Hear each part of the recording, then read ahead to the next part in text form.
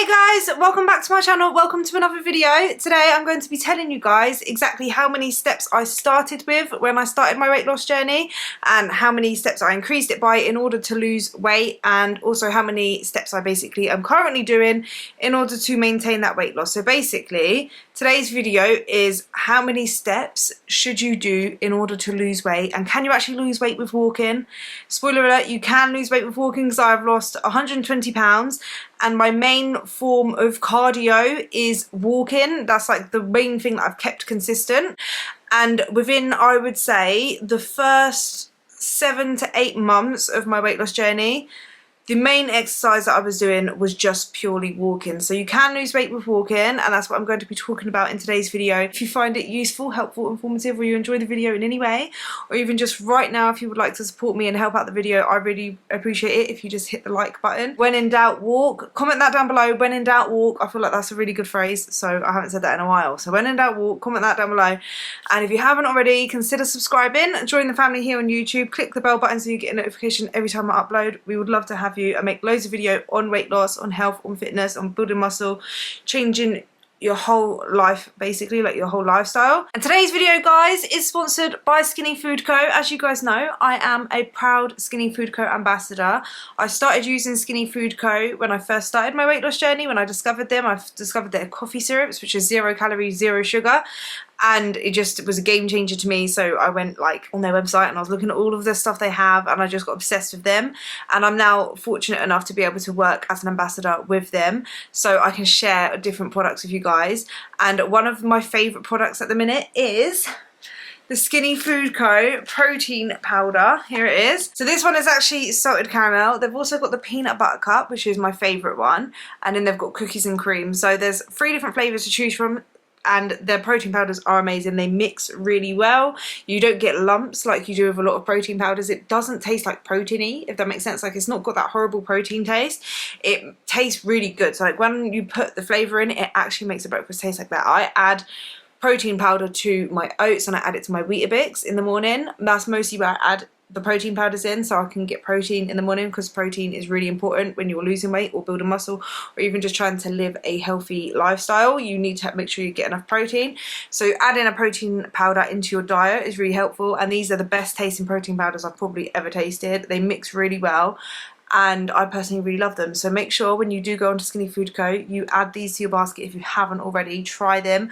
Like I said, my favourite flavour is the peanut butter cup, but they all taste amazing, and the macros are really, really good. So for a 30-gram scoop, it's 113 calories and 21 grams of protein, only 4 grams of carbs, 1.3 grams of fat. So the macros are actually really good with them. So I highly recommend getting the protein powders and adding it to your basket when you order on Skinny Food Co. You can save up to 50% on your Skinny Food Co order by using my code LouiseYT to save up to 50%. And also be sure to check out all of the other stuff Skinny Food Co have on there. They have so many different alternatives to the food you love, like literally so many lower calorie, low sugar, high protein alternatives. They've got low carb alternatives, keto alternatives. Any kind of dietary requirement you have, they will have something on there for you. They've got sweet options, savoury options, fake away options, sauces, syrups, coffee syrups, snacks, everything. So go and check them out. Thank you so much to Skinny Food Co for sponsoring today's video. So before I lost weight, I didn't have like a step tracker or nothing, but I know I was very, very inactive. I didn't really walk around much. But you know how on your phones you get the on the iPhone you get the health app, and you can see how many steps you're roughly doing. I remember when I first started, I looked at how many steps I was doing. I am embarrassed to say, and I remember thinking, okay, I need to get 10,000 steps a day, because like that's like the main kind of goal you hear everywhere. It's like 10,000 steps, and I was like, there's no way I can get 10,000 steps, but let me just have a look and see how many steps I get. I looked, I was getting 600 steps for most days. Maybe 1 or 2 days I might have got 1,000, 2,000 if I actually went out and did something.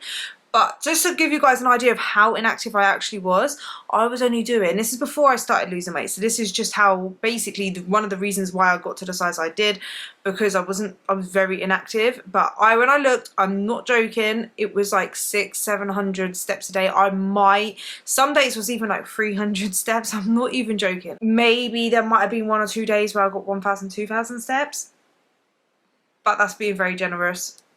most of the time it was very, very low. So when I started losing weight and I started my weight loss journey, all I did was I joined the gym. So you can lose weight with just like walking outside, but I don't know what it is, but joining the gym just gave me that accountability, because I think, well, I was paying monthly. So I joined the gym and I went on the treadmill, which is still walking, but I put the incline on to the top and I walked on the treadmill for 20 minutes.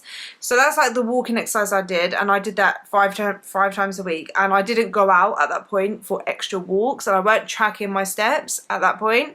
So I did that for a few months until we got into lockdown. And then when we went into lockdown, because I started my journey in 2020, which was when it was like the pandemic and stuff, so when like obviously the gyms closed and stuff like that, and we eventually was allowed to go out for walks and exercise. It's so crazy to think of it now, when we were allowed to go for a walk. But that's when I actually ended up purchasing a Fitbit, and I started tracking my steps, and I wore it, and I forced myself to go out for walks and push myself to see how much steps I could get. And I remember with doing that, I was getting around 5,000 to 6,000 steps a day. After 4 months of increasing my steps at the gym, because I don't know how many steps I would have got, probably around, I probably would have increased from like 600 steps a day to probably would have been about 2,500 to 3,000 steps with a 20-minute walk, maybe, yeah. So it was pretty about that to start off with. And then after a few months, and it went to about 6,000 steps when I was making myself go out for walks. And then when I was like kind of getting used to that, after a couple of weeks, I increased my steps again to 8,000 steps. And I was spending a good few months just trying to hit 8,000 steps. And then once I found that really comfortable and I found myself I was going over that more, I then increased it to 10,000 steps. So by the time I'd lost all of my weight and I was maintaining, I was averaging about 10,000 steps a day. Some days I would do 11, 12,000. For like the majority of my weight loss, I got about 5,000 to 8,000 steps. But then once like I was lost quite a bit of weight and the weight loss was going slower, I just increased the steps up to 10,000, and then I would hit minimum 10,000. If I went over, I went over. Sometimes I'd go over to 12,000, sometimes it would only be a little bit over, but it was always minimum 10,000 steps a day by the time I hit my like end of my weight loss when I started maintaining. And then throughout maintenance, I have always had a minimum step goal of 10,000. So it's always minimum 10,000. There might be the odd day where I haven't hit 10,000 if I'm not well, or there's like a reason why I can't hit it. But for the majority of my maintenance, I always hit at least 10,000 steps a day. So then that brings me to now. So basically I'm in maintenance. I'm actually in the middle of a little bit of a cut. So with maintenance, I hit minimum 10,000. I can go up to 18,000, sometimes 20,000 if I'm really busy and I'm getting loads of steps, or I have like a long walk, or I'm walking a lot. But that's like quite rare. Like I'm not trying to hit that amount of steps every day, but I can hit that fairly quite easily, to be fair. It's not that hard to like hit that amount if you're very active and you've got a lot of stuff to do. That's kind of what my steps are now, but I always aim for like at least 10,000 because that's fairly easy for me now. But when I started, I definitely didn't make the massive jump to 10,000 steps a day. So that's why I wanted to make today's video, because a lot of people think that if you want to use walking to lose weight, or you want to track your steps, that you have to get 10,000 steps a day to start off with, and you really don't. Like 10,000 steps, like that's just a number. It's not like if you're only doing like 1,000, 2,000 steps to make the massive jump to 10,000 steps, you don't need to do that. That's too unsustainable. It's too much. You're going to end up like not being able to stick to it. So the best thing to do is to gradually increase it. If you are doing 1,000 steps a day, increase it to 3,000-4,000 max. I'd say increase it by like at least 2,000 to 3,000 steps a day. And then once you're used to that, give yourself a week or even a month on it, and then increase it by another couple of thousand, and then another couple of thousand. And then the reason why I would say like once you get to 10,000, you don't always have to increase it another 2,000-3,000, because you're not gonna like when you get to like 18,000 steps a day, you don't want to have to be like, okay, well now I've got to increase it to 20,000, now I've got to increase it to 22,000. Do you know what I mean? Like you don't have to do that. I think if at the point where you get to like 14,000 steps a day, you don't really need to do more. Like more steps a day isn't necessarily better. I have done 100,000 steps in one day. If you haven't seen that video, go watch it. It's actually pretty cool. So to go from being someone who can't walk that far, like walk to the park without having to sit down with swollen ankles and stuff, to then be able to get 100,000 steps for my 100,000, when I hit 100,000 subscribers, I did 100,000 steps in one day. to be able to do that, yes, I was in physical pain, and I like I did question my life choices when I was doing it and when I finished as well, with like the recovery and that. But to be able to actually push myself to do that when I could never, like when I struggled to walk that much, and I was at one point only doing 600 steps a day, it's just crazy and it's insane. And it just shows how much improvement you can make by just making the small jumps, if that makes sense. Like the small, what's the word, where the small improvements, how much you're actually building up your cardio strength as well, like by just walking, like your stamina, your endurance, and you're actually getting so much healthier. Walking is such an underrated exercise for weight loss. People think when they have to lose weight that you have to start out by starting the most perfect workout program, and you've got to go to the gym and do intense cardio, you've got to do HIIT cardio, you've got to do biking, you've got to do a certain exercise to lose weight. You don't have to do a certain exercise to lose weight. What you need is a calorie deficit, and when you walk, basically you are burning calories. And the good thing with walking is it's low impact exercise, it's low intensity, so you can do it for a longer period of time than you can with most of our high intensity cardio sessions. So you could end up actually burning more calories walking than you can doing running, because you can walk for a lot longer than you can run, if that makes sense. So unless you are actually really physically fit, it's really hard to burn a lot of calories doing certain like HIIT workouts or certain like running workouts and stuff, just because you might not be able to be physically fit in a physically fit enough state to be able to push yourself for a longer period of time in order to burn that amount of calories. Whereas with walking, it's good on your joints, so anyone can basically do it, unless obviously you can't walk. But for the majority of people, no matter how kind of overweight you are, you can walk even a few steps, and then you can gradually increase that over time and walk for longer periods of time. And it's good on your joints, so no matter like your age, your physical ability, most people can walk for a period of time. So like it's good for when you're young, when you're older, like if you have problems with your back pain or leg pain, like you can kind of, there's always a way to get some form of steps in and increase that and actually like get better at it. And the more you walk, the more calories you're going to burn in a day, and it's the exercise basically that is least likely to make you very hungry after. A lot of cardio that you can do will burn a lot of calories, but then you get really, really hungry after, and you can end up overeating your calories. Whereas I found that with walking, you can walk for long periods of time without getting that like immediate hunger after and feeling like you need to eat loads of food. So it's quite a really good exercise for weight loss. I found it really helpful for weight loss. There's been times like when I've injured my back and I haven't been able to train at all, because I didn't actually start weight training until about 7 to 8 months into my journey. Before that, it was all basically just walking, other than I did the elliptical sometimes, and I did end up joining a boot camp once a week. But other than that, the majority of my weight loss was pretty much from just increasing my steps. I've always, throughout my journey, focused on getting my steps every single day, going out for walks every day.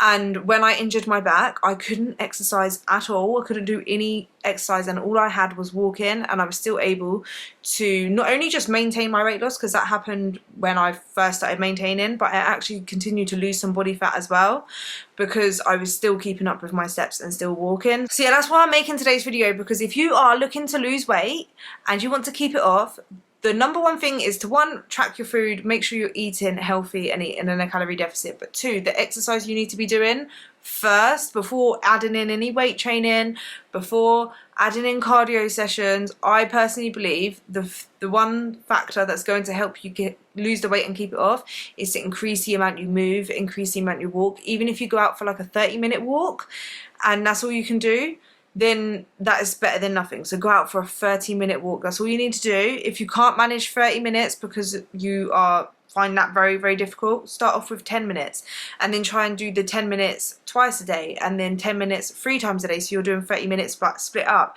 and then eventually get to a point where you can do at least 30 minutes in one go.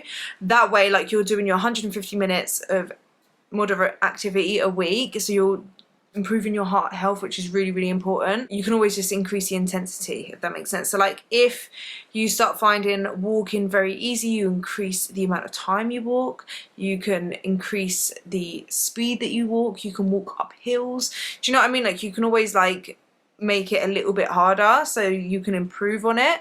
But that's why walking is an amazing activity and an amazing way to lose weight and keep it off. So that's why I wanted to make today's video, to encourage you guys to get out, walk. Spring is coming. Well, spring is basically here now, so the weather is getting a bit nicer.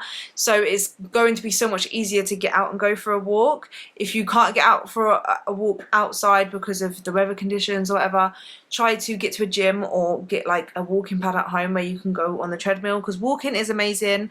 Everyone should be making sure that they're getting walks every single day. Make walking part of your routine. Grab a coffee, go for a coffee with a friend or a family member, go for a nice long walk, go for hikes, get out, breathe the fresh air. Walking is not only good for your body, but it's also good for your mind. So even like when you need some alone time, for me, when I go for my walks, it's my personal time to just like reflect on things, think about things, and even sometimes do some walking meditation. So yeah, I hope you guys enjoyed today's video. If you haven't already, subscribe to the channel, join the family, but also if you haven't today gone out for a walk, make sure you get your walk in. Make sure you, if you haven't already got like a way to track your steps or anything, I do recommend getting a step tracker. You don't have to, but it just does help keep you motivated and make sure that you're hitting enough steps. If you don't have like a Apple Watch, Fitbit or anything like that, if you've got a smartphone, you're more than likely have like a step tracker built in there, like the iPhone has their health app, but it tracks your steps, so you can always use that. It doesn't have to even be on a watch.